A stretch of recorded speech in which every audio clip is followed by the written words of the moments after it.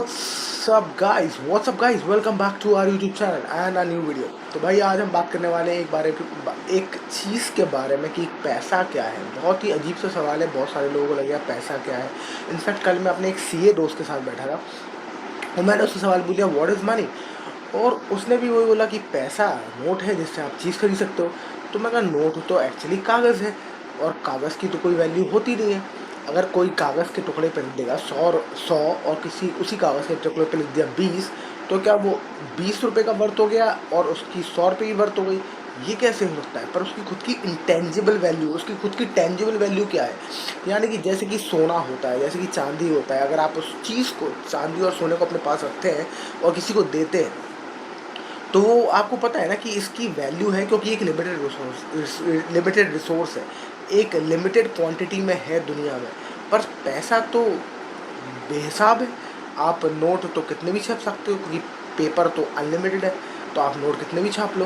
तो एक्चुअली जो नोट है उसकी खुद की वैल्यू तो कुछ भी नहीं है, खुद की इंट्रिंसिक वैल्यू जिसको हम कहते हैं उसकी खुद की कुछ भी नहीं है।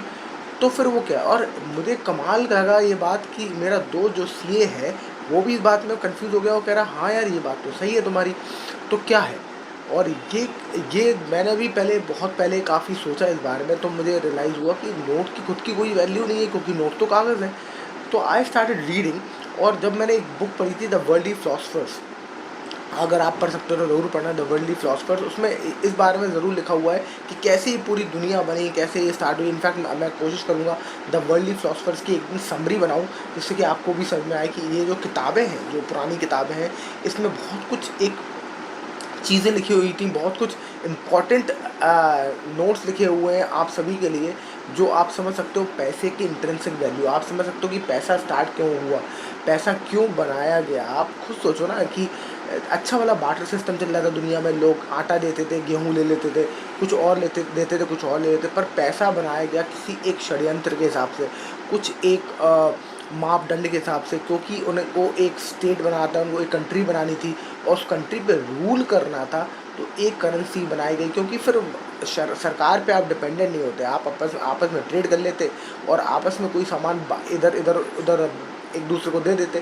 फॉर एग्ज़ाम्पल चावल वाला आटा वाले को दे देता, आटा वाला चावल को दे देता, आपस में ट्रेड कर लिया, कोई टैक्स सरकार को देना ही पड़ा।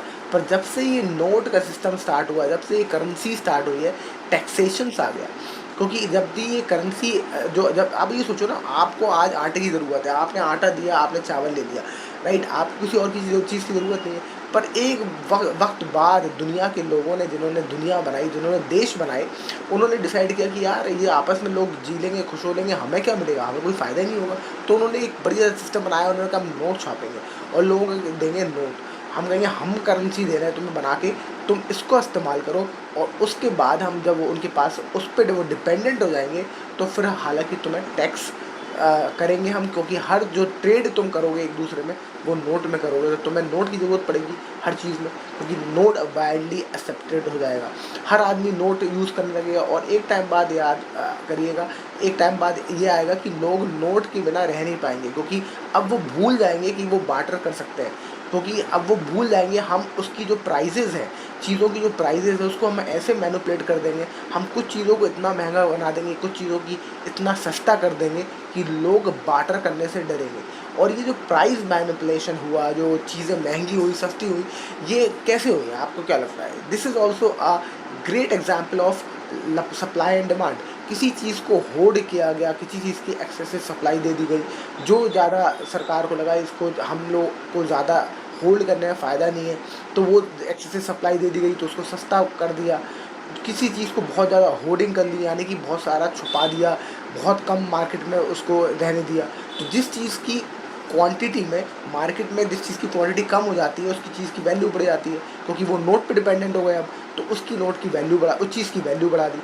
इस तरीके से लोगों के साथ सरकारों ने खेला और लोगों को हाथ में नोट पकड़ा दिए, और आप बार्टर सिस्टम करके जो आज तक आप चीज़ें खरीद रहे थे, एक दूसरे से ले रहे थे और ज़िंदगी अच्छी खासी जी रहे थे, अब आप सरकार पे डिपेंडेंट हो गए कि सरकार जब आपको नोट छाप के देगी आप तभी डिपेंडेंट हो, वरना आप बार्टर करना भूल गए। आपको चीज़ों की अब प्राइस दिखने लगी, अब आपको चीज़ों को लगना लगा ये चीज़ सस्ती है, ये चीज़ महंगी है।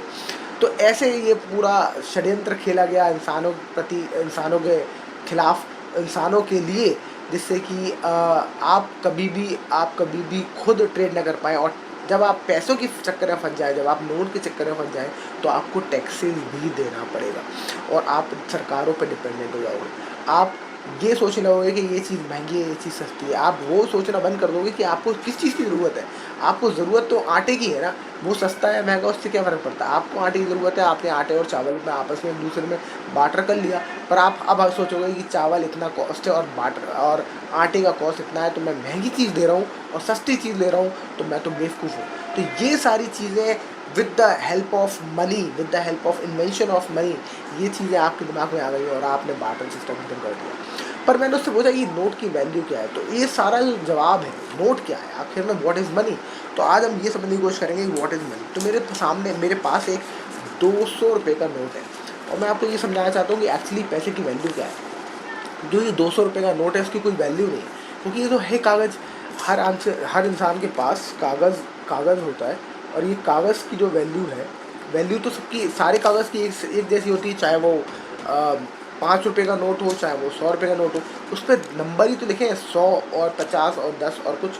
अब आप ये सोचें, ये जो नोट है, इसमें यहाँ लिखा होता है एक बड़ा सा अच्छा सा स्टेटमेंट। वो मैं आपको पढ़ के बता देता हूँ, आपने ज़रूर पढ़ा होगा बचपन में। जब मैं बचपन में ज़रूर पढ़ता था, ये हर नोट पे लिखा होता था, और मैं बड़ा फैसिनेट होता था कि ये क्या लिखा हुआ है और यहाँ गवर्नर के साइन क्यों है, और सारा खेल जो नोट का है वो उसमें ही छुपा हुआ है। इसमें लिखा हुआ है, I promise to pay the bearer the sum of 200 rupees. इसका मतलब ये है, हिंदी में भी पढ़ लेते हैं, मैं धारक को 200 रुपये अदा करने का वचन देता हूँ। तो धारक कौन है? हम। मतलब कि मैं उस नोट को रख के बैठा हूँ, तो मैं हुआ धारक। इस नोट को होल्ड करने वाला धारक हूँ मैं, राइट। अब ये जो 200 रुपये जो मैं होल्ड कर रहा हूँ, इसकी जो वर्थ है वो 200 रुपये के आसपास है। तो इन्होंने कहा कि गवर्नर साहब का जो साइन है, जो सरकार के गवर्नर हैं, हमारे आरबीआई के जो गवर्नर हैं, उन्होंने साइन किया इस पर, और उन्होंने कहा कि मैं जो होल्डर है, इसके नोट को जो होल्डर है, मैं उसको 200 रुपये देने का वचन देता हूँ, राइट। तो 200 रुपये क्या है? 200 रुपये एग्जैक्टली है क्या? 200 रुपये की वर्थ। तो मैं बेसिकली 200 रुपये की वर्थ तुम्हें देने का वचन देता हूँ। तो बेसिकली ये 200 रुपये मतलब मनी कहाँ है? आप देख तो ना, जब आपके पास सोना और चांदी होता है, आपको पता है ये इतने का बिकेगा, पर ये इतने का कैसे बिकेगा, ये कितने का बिकेगा, ये तो समझ में नहीं आ रहा ना, क्योंकि ये सोना चांदी नहीं है, इसकी तो कोई वर्थ नहीं, कागज़ ही है। तो आप ये सोचो कि ये मैं धारक को 200 रुपये देने का वचन देता हूँ, इसका मतलब सिर्फ़ और सिर्फ इतना है कि मैं आपको 200 रुपये की वर्थ दूंगा जब आप मुझे ये वापस करोगे। जब हम आरबीआई गवर्नर को देंगे ये वापस, जब ये नोट हम आरबीआई को देंगे, तब वो हमें 200 रुपये वापस देगा। तो ये है सारी खेल, 200 रुपये वापस देगा। पर ये नोट 200 रुपये नहीं है, राइट। ये नोट 200 रुपये नहीं है, ये नोट सिर्फ एक कागज़ है, एक एग्रीमेंट है आपका सरकार के साथ। और ये सरकार के साथ जो आपका एग्रीमेंट है, आप ये देते हो सरकार को, तब आपको वो 200 रुपये की नेटवर्थ देगा। बेसिकली हम क्या कर रहे हैं, हमारे पास बहुत सारे जो हमारे वॉलेट में है, वो बहुत सारे एग्रीमेंट हैं।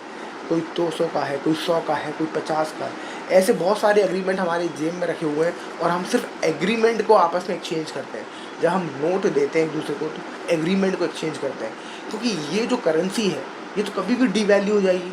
डीवैल्यू मतलब कि इसकी वैल्यू तो कभी भी ख़त्म हो जाएगी। अगर सोचो बहुत सारे नोट छाप दिए और मार्केट में हर किसी के पास नोट हो गया, तो इसकी वैल्यू तो ख़त्म हो गई नोट की। पर जो सोना और चांदी है, उसको आप बार्टर कर सकते हो, क्योंकि सोना और चांदी दुनिया में वर्ल्ड लेवल पे अक्लेम्ड है।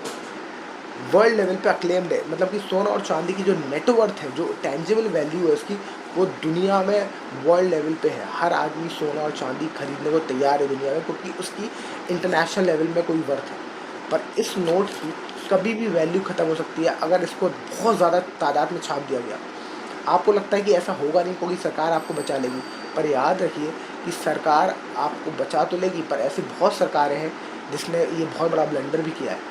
बहुत बार हुआ ऐसा कि मनी की वैल्यू बहुत बुरी तरीके से डिवैल्यू हो गई और वैल्यू बिल्कुल ख़त्म हो गई। वियतनाम एक बहुत अच्छा केस स्टडी, अगर आप पढ़ना चाहेंगे और अगर आप बोलेंगे तो मैं वो वीडियो बनाऊंगा कि वियतनाम में ऐसा हो चुका था एक बार कि नोट की वैल्यू इतनी गिर गई थी कि लोगों ने दीवारों पे इस नोटों को लगाना स्टार्ट कर दिया, वॉलपेपर की तरह यूज़ करना स्टार्ट कर दिया। इनफैक्ट आप बहुत जगह कंट्रीज़ में जाओगे, कज़ाकिस्तान और ऐसे इन कंट्रीज़ में जाओगे तो आपको नोट भर के बैग नोट भर के बैग लेके जाना पड़ता है एक ब्रेड खरीदने के लिए। तो उस वैल्यू उस नोट की इतनी गिर चुकी है। तो आखिरकार ये जो है, आप बस ये समझो कि ये जो है सिर्फ आप एक एग्रीमेंट लेके घूम रहे हो, उसकी खुद की टैंजिबल वैल्यू नहीं है। तो रियल वैल्यू कहाँ है, वो एक्चुअली प्रीशियस मेटल्स में ही है, जो जिसकी रिसोर्स जो है वो लिमिटेड है। यानी कि ज़मीन जो कि आपको पता है दुनिया में लिमिटेड है। दूसरा मेटल जैसे कि सिल्वर और गोल्ड, आपको पता है वो एक लिमिटेड क्वांटिटी में है। तो एक्चुअल रियल वैल्यू वहाँ लाई करती है दुनिया में, ना कि इन कागज़ के नोटों में। तो आई होप इस वीडियो से आपको बहुत कुछ आंखें खिली होंगी, आपने इस बारे में सोचा होगा, जो शायद कभी ना सोचा हो तो आप सोचा होगा, और अब इस बारे में आप सोचना और शुरू करोगे कि एक्चुअली इस वैल्यू को होल्ड करके, इस नोट को होल्ड करके हम इसकी वैल्यू सिर्फ डिवैल्यू कर रहे हैं और कुछ नहीं कर रहे। जब तक इस नोट से आप और कोई वैल्यू ऐड नहीं करते तो इस नोट की वैल्यू हर दिन के साथ कम होती जा रही है, क्योंकि ये नोट और छपेंगे और छपेंगे और छपेंगे और इसकी वैल्यू दिन पर दिन कम होती आएगी, क्योंकि सिर्फ और सिर्फ कागज़ है और कागज़ की वैल्यू अप्रिशिएट नहीं करती है with time. So I hope you like the video. If yes, like, share and subscribe, and I will see you in the next video. Thank you so much for watching. Bye bye.